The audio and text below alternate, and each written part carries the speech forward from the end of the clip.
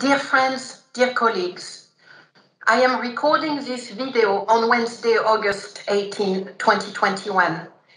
In the background, I hear the fears of thousands of Afghan human rights defenders, political activists, journalists, women human rights defenders, and professionals. For the last 20 years, they had worked tirelessly to protect and embrace human rights and universal values. Overnight, they were left alone, standing on the tarmac of an airport to confront those who tortured, killed, and raped them. Afghanistan reminds us all that in the 21st century, in 2021, civil society and independent media are on the front line of all the fight and wars for universal human rights values.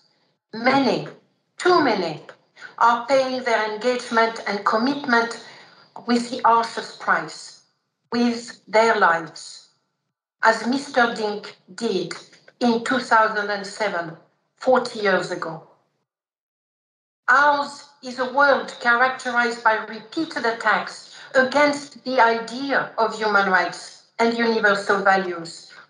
These attacks are often driven by populist leaders, autocrats, dictators, but not only. Democracies have become weak, and their leaders unable, unwilling to protect the values and the human rights that are at the heart of our global system. The chaos in Kabul, the thousands of Afghan civil society and journalists left behind to face the Taliban, they are also the victims of governments which have failed to put in place the necessary measures to ensure that the combatants for freedom, the combatants for human rights could be protected, including through evacuation. And yet, our world never needed more these relentless fighters for good, the successors of Hrant Dink, his sons and daughters around the world. Ours is a world of large systemic historical changes, some of which are existentialist in their implication for humankind. Climate change, pandemic, rising inequality, persistent historical discrimination, weakening of the rule of law, fighting for climate and racial justice, fighting for equality for all, no matter ethnicity, sex, gender, religion, rising to the challenges which the information technology revolution is creating. All of those cannot be conceived, cannot be done without the full involvement of a free and empowered civil society. Human rights defenders, journalists, activists able to advocate, to campaign, to organize, to create, to imagine, to write, to design, and to fight. Instead, around the world, they are assaulted by authoritarian, strong-arm, masculinist leaders, right-wing populist leaders, and they are undermined by weak democratic leaders. They confront draconian restrictions, arbitrary detention, and far worse. Many of them seek safety abroad in increasing number, but even outside their country, they are targeted by their states, including through electronic and other forms of surveillance, threats, intimidation, physical attacks, abduction, and killings.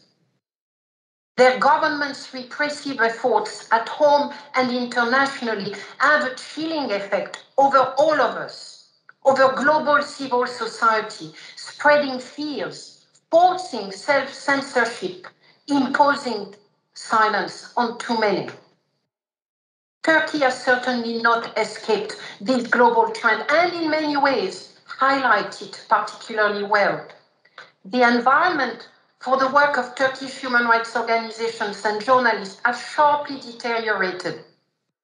They face the risk of arbitrary detention, prosecution, conviction for merely performing their human rights or media work. For instance, Öztürk Türkoğan, prominent human rights defender and chairperson of Turkey's Human Rights Association, was detained on 19 of March 2021 by the police on suspicion of membership of a terrorist organization. He was released, but he's still under judicial control measures. And what about Omer Farouk Gegaroglu, a member of parliament for the People's Democratic Party? He spent 3 months in prison after his parliamentary immunity was lifted on 17th of March 2021. He was convicted of making propaganda for a terrorist organization for a couple of tweets he had shared in 2016. He was sentenced to 2.5 years imprisonment. Mr. Gegagoglu returned to parliament in July after the Constitutional Court ruled that his rights were violated. On 15th of February, another human rights defender and lawyer, Hrant Keskin, was sentenced to 6 years and 3 months on grounds of membership of a terrorist organization, despite the absence of any evidence. In the Buyukada case, in July 2020, 4 of the 11 human rights defenders saw their baseless conviction by a lower court upheld by the Court of Cassation. One of the 4 is Taner Kilik, the former and now honorary chair of Amnesty International Turkey. Following an appeal, the prosecutor of the Court of Cassation asked for Taner's conviction to be upheld without justification. These cases are just some examples of the misuse of Turkey's anti-terrorism laws to criminalize legitimate, peaceful activities of human rights defenders.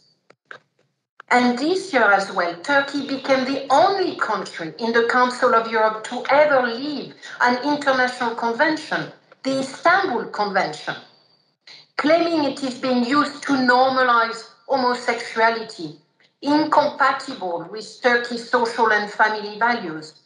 That disastrous decision has left millions of women and girls without the gold standard protection in the fight against violence against women.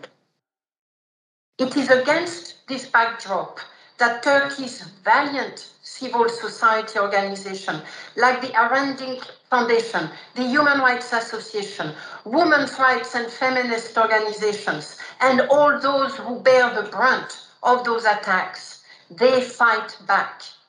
And in their response, they can count on Amnesty International solidarity. As a global human rights organization, we consider this our foremost duty to speak up together when many may be prevented from doing so, to speak truth to power, no matter the size of power. We stand by your side, shoulder to shoulder, bringing to you the power of our global movement and millions of supporters. We stand by your side to end impunity for human rights violations, to demand justice, to demand equality in Turkey and anywhere else in the world. Thank you very much.